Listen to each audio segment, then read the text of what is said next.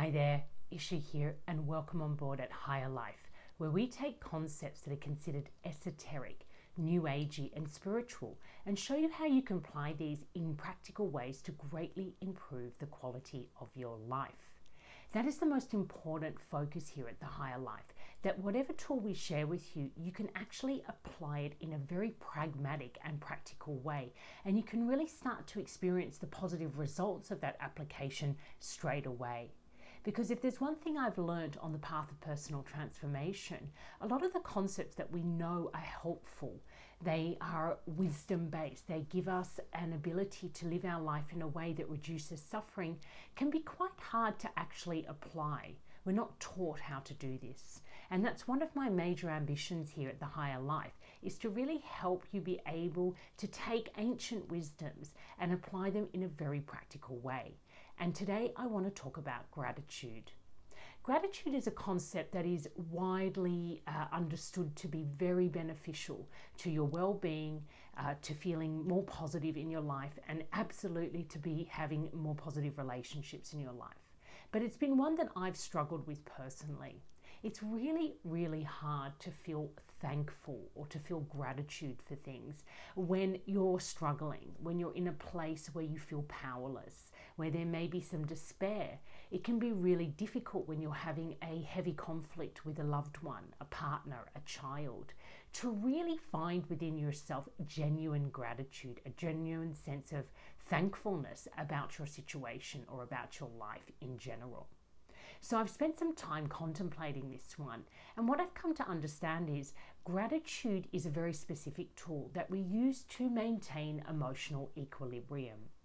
We usually need to use it when we're not feeling grateful, not feeling thankful for a situation, we're struggling or resisting against it.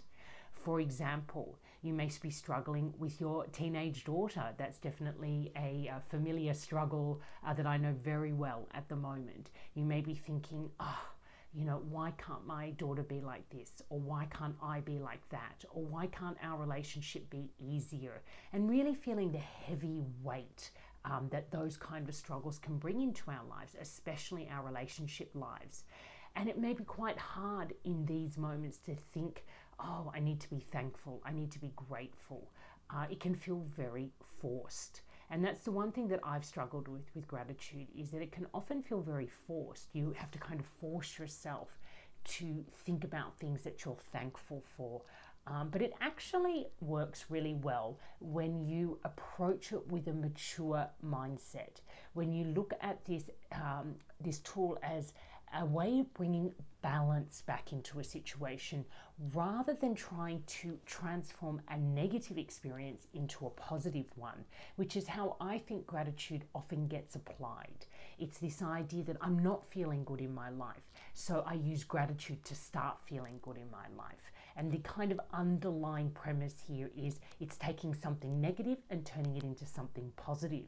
And I know for a lot of us out there, this can feel false somehow, like a forced effort to make something that you're struggling with seem better, kind of selling it back to yourself. And that can work at times, but I like to work with what is the genuine transformation that we're looking for here. And I think what gratitude does is it asks you to stop, to disengage from the perspective that you are holding around the struggle that you are having, to step back and to see the whole story, to consider the whole narrative, and to try on other perspectives with this scenario or this struggle that can help you soften a little bit. Because usually when we're struggling, we've contracted, we're very fixed, we have a fixed perspective or a fixed belief about what's going on, and usually who's to blame, either the other person or yourself, or life or yourself. We all know this really well. I think our marriages or our intimate partnerships are a really great place to put this into practice.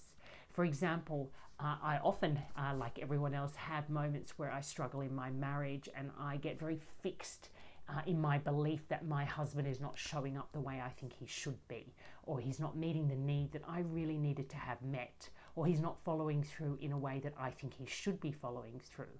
And sometimes these struggles are very primal. They cut to some of my core insecurities, and they can even have me thinking, maybe this marriage is not right for me.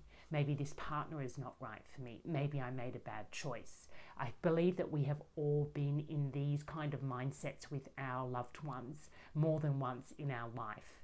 And what I've realized is, in that moment, I'm getting very caught in the victim mindset, in this idea that I'm a victim of my marriage and I'm a victim of this other person and he's to blame. Or I might pull away from that and think, no, I need to blame myself. I need to accept responsibility. I'm the one that I need to redirect that on.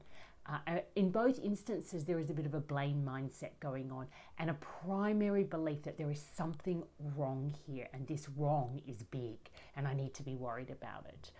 And this creates all sorts of anxiety, which will then trigger a response to try and fix that. And we all know how often we try to fix our relationships, try to fix the other person, or try to fix ourselves so we can get a better result and not feel that fear and insecurity that does get triggered when you're in one of those core struggles with a partner.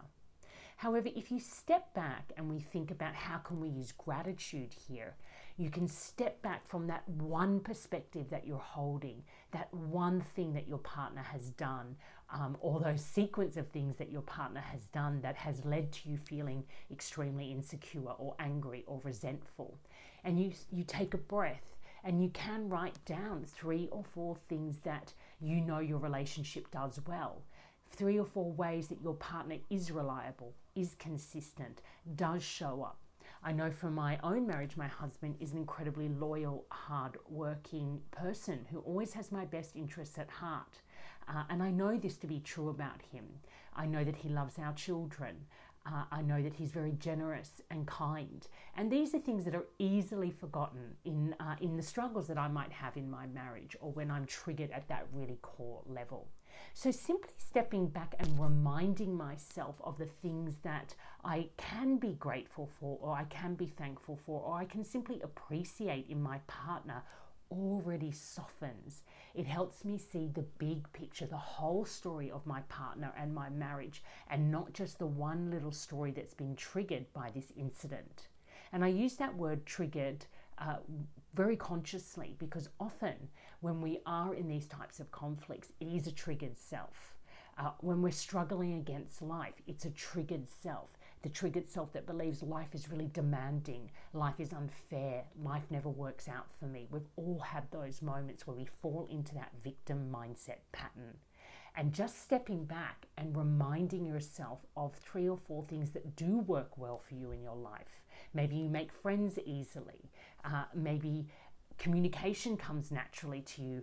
Maybe people love to be around you. Maybe you make people laugh. There's all these sorts of little things that we forget about the way we live in our lives. Or maybe life brings you lovely job opportunities. We all have something in our life that we know is valuable and that we can be thankful for. And what we're really doing here is creating that equilibrium in our emotional state, because we were very triggered. High resentment, high anger, high anxiety. Pulling back and considering a few things that you can be grateful for in the context of that struggle helps you soften that resentment, soften that anger, that anxiety, and we feel the equilibrium come back again. It brings you back into the center. And that's the one thing that I want to really let land in this lesson today. Gratitude is a tool that can help bring you back to center. It is not about bringing you up and making your life better than it is. I mean, we all go through times where life is really shit. And I've had some moments in my life that there's no way I could feel grateful for them in the moment. But being able to step back later and acknowledge that there is more to my life and more to the situation that I might have been taking on board at that particular moment has helped me find that emotional equilibrium again. And I think this is why gratitude is one of the core spiritual tools that you hear about in every religion, in every spiritual discipline. We're really taught to step back and remind ourselves of our capacity to consciously seek out aspects that we can be thankful for. So I hope this has been helpful. I hope that it's given you a new perspective on gratitude, if like me it was something that you have struggled with in the past.